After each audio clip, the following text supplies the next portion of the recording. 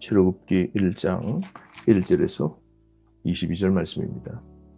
출애굽기 1장 1절부터 5절까지는 이스라엘 백성들의 자손들의 족보들이 나오고 있습니다.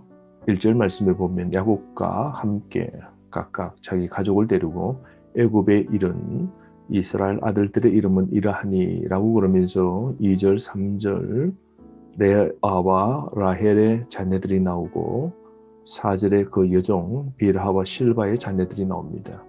5절 말씀에 보면 야곱의 그 자손들이 모두 70명이고 요셉은 애굽에 있었다라고 그럽니다. 6절 말씀에 요셉과 그의 모든 형제와 그 시대의 사람은 다 죽었다라고 그러죠. 1절 말씀 보시면 이스라엘 백성들이 애굽에 내려가게 된 것인데요. 여러분, 이스라엘 백성들이 흉년을 맞이해서 애굽으로 내려가 산 것이 바로 최고의 최선의 길이었죠. 하나님의 인도는 인생이 내려가는 것 같지만 그 속에 하나님의 뜻이 있고 하나님의 약속과 하나님의 섭리가 있다면 그것은 우리에게 최선과 최고의 길이 될 겁니다. 하나님께서 흉년과 환난과 암울한 상황 속에서도 자기 백성을 항상 구원해 주시는 것이죠. 가뭄 속에 이스라엘 백성을 구원해 주시기 위하여 애굽에 가서 살도록 하나님이 하신 것이죠. 오늘도 하나님께서 우리를 돌보십니다.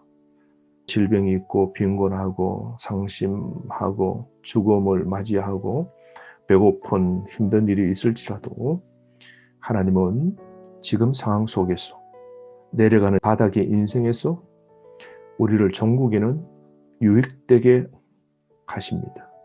그러므로 여러분 내려간 길에도 하나님의 선하신 뜻이 있음을 꼭 믿으셔야 됩니다. 왜냐하면 선하신 하나님의 섭리가 믿는 자녀에게는 늘 있기 때문입니다.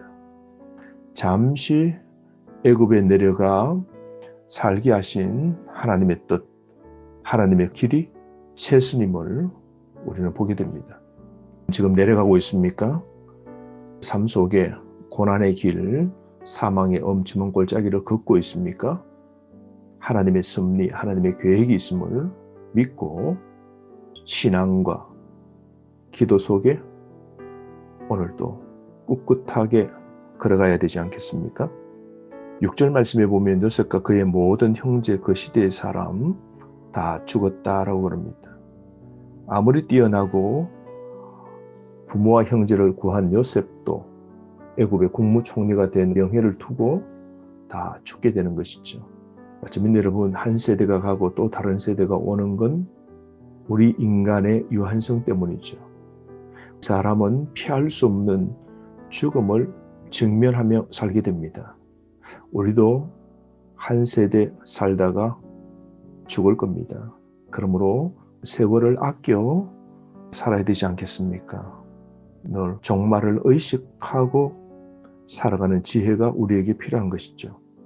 우리 하나님께서 이렇게 70명이 애굽에 내려가 살았지만 긴 세월을 통하여 하나님이 복을 주셨는데요. 7절 말씀. 이스라엘 자손은 생육하고 불어나 번성하고 매우 강하여 온 땅에 가득하게 되었다라고 그럽니다. 한 집안이 이제 거대한 민족을 이루게 된 것인데요. 같은 말의 반복이지 않겠습니까? 생육, 불어나고 번성, 가득했다는 것. 이런 전적 하나님의 은혜죠. 70명이 긴 세월을 애굽에 보내는 동안 거대한 이스라엘 민족을 이룬 건 전적 하나님의 은혜이죠. 하나님이 아브라함의 자손을 번성케 하신다는 약속을 하셨지 않습니까? 아브라함과 맺으신 언약, 이삭과 맺으신 언약, 야곱과 요셉에게 맺으신 그 약속을 하나님은 다 이루신 것 보십시오. 이게 우리 하나님의 신실하심입니다. 우리는 하나님과의 약속을 잊어도 하나님은 백성과 맺은 약속을 다 성취하시는 겁니다. 70명이 미미하게 시작했으나 훗날에는 장대하게 된 것 보십시오. 우리의 삶도 그렇지 않을까요? 이 땅에 낙원으로 살면서 힘들지만 우리의 마지막은 심히 창대하게 되죠. 영원한 구원을 얻고 천국, 가나안 땅에 들어가 살 걸 소망하면 우리만큼 희망과 기쁨과 소망이 있는 자가 있을까요? 이 세상 아무리 부유하고 학식이 뛰어나고 화려한 삶을 애굽 같은 이 땅에서 누린다 할지라도 하나님의 은혜가 없고 영생의 소망이 없다면 그들이야말로 가장 비참한 삶이지 않겠습니까? 그러므로 우리는 전적 하나님의 은혜로 사는 걸 꼭 기억해야 됩니다. 하나님이 돌봐주셔야 우리 삶의 번성과 풍성과 우리에게 향하신 하나님의 계획이 다 이루어지게 되는 것이죠. 하나님은 이렇게 민족의 세대를 교체하시면서 70명이 200만 명 되도록 하나님이 만들어 놓으시는 것이죠.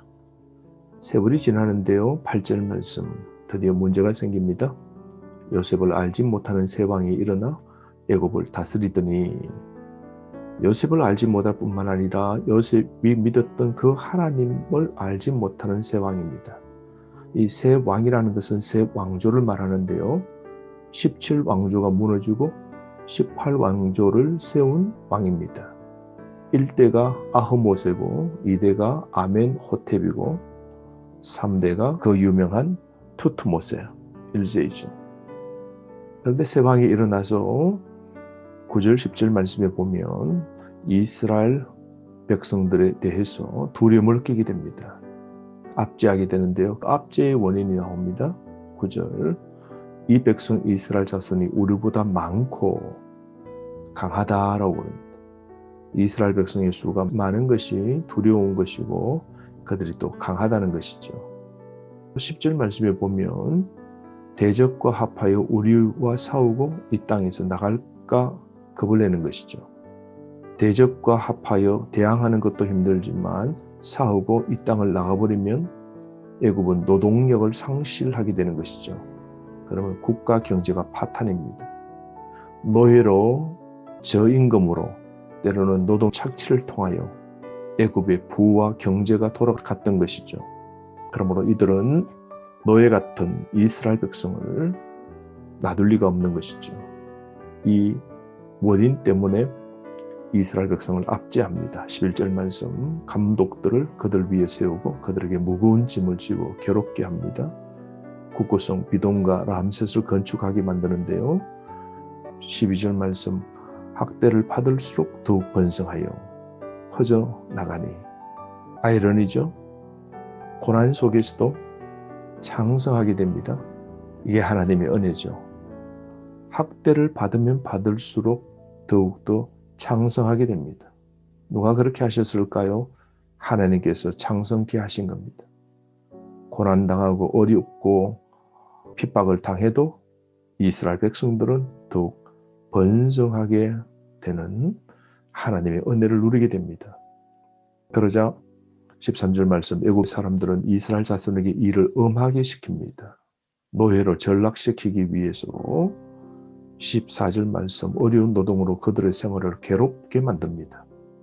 그래서 일을 모두 엄하게 만들어서 중노동을 시키고 그들이 노동하다 죽도록 만드는 것이죠. 그러므로 더 엄한 노동으로 고난당한 이스라엘 백성들 박해와 종살이의 삶으로 살아가는데요. 바로의 억압 정책으로 너무너무 많은 핍박을 당하게 된 것이죠. 여러분, 성도는 이 세상 속에서도 핍박을 받죠. 바로는 사탄의 상징이죠. 사탄은 우리를 핍박합니다. 우리로 하여금 고난당하고 망하고 무너지도록 만드는 것이죠. 그러므로 이 하나님의 백성들이 사탄 즉 바로를 통하여 고난을 당하였지만 당하면 당할수록 하나님은 당신의 백성 이스라엘을 더 번성하고 더 잘되도록 하나님께서 은혜를 주신 것 보십시오. 자, 이래도 되지 않자 바로는 다른 전략을 세웁니다. 그것은 하나님을 두려워하는 산모로 결국은 위기를 극복하게 되는데요. 두 번째 압제는 15절 말씀. 애굽왕이 히브리 산파 십브라를 하는 사람과 부하라는 사람에게 말합니다. 너희들은 해산을 도울 때에 그 자리를 살펴서 아들이거든 사산하고 딸이거든 살려두라 그럽니다. 왜냐하면 아들들이 태어나면 점점 이스라엘 백성의 수가 많아지기 때문입니다. 점차적으로 수가 줄어들도록 산의 아이들을 죽이라고 그러죠. 그러나 17절 말씀, 산파들, 히브리 산파들이 하나님을 두려워하여 애굽왕의 명령을 어기고 남자 아기들을 살린지라. 이 히브리 산파들은 왕보다 하나님을 두려워합니다. 이게 신앙이죠. 여러분, 하나님의 약속은 어떠한 방해도 막을 수 없는 것이죠. 하나님의 약속은 어떤 것이든 이루어지는 겁니다. 어떠한 환경 속에서도 하나님은 하나님의 방법으로 도와주시는데요. 이스라엘 백성들이 번성하도록 그렇게 하나님께서는 이것을 지키기 위하여 하나님을 두려워하는 믿음 있는 삶을 세우시고 압제를 모면하도록 하신 것이죠. 바로가 왜 히브리 산파를 쓰고 이집트 산파를 사용하지 아니했을까요? 그것은 목축업하던 히브리인들을 이집트 사람들이 싫어했기 때문입니다. 그러므로 이 히브리 산파들이 하나님을 섬기고 하나님을 두려워함으로 남자아이를 죽이지 못한 겁니다. 이렇게 믿음으로 살고 하나님을 바라보는 용기 있는 이런 여인에게 하나님이 복을 주시는데요. 20절 말씀. 하나님이 그 산파에게 은혜를 베푸시니 그 백성은 번성하고 매우 강해지니라. 하나님이 은혜를 베풀어 주신 것이죠.